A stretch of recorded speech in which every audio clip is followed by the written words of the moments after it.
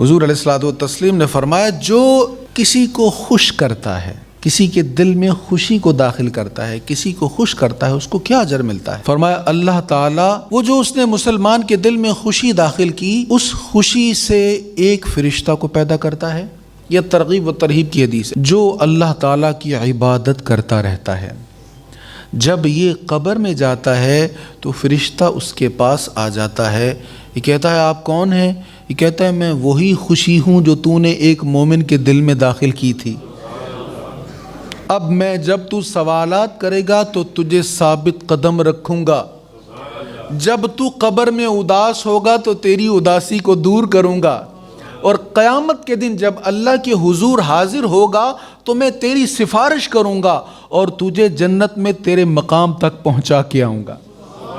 اللہ تعالی ہمیں اس کی توفیق عطا فرمائے۔ دیکھیں، ایک تو مسلمان کو خوش کرنا ہے نا، جائز طریقے سے خوش کرنا، ایک خوش کرنا ہے، ایک اور بھی بڑے اجر کی چیز ہے، وہ کیا ہے؟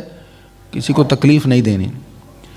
ایک انسان کسی کو خوش کر سکتا ہے بھلائی کے ساتھ تو وہ تو بڑی سعادت کی بات ہے، لیکن کم از کم اتنا ضرور ہم کریں کہ ہم سے کسی کو تکلیف نہ پہنچے۔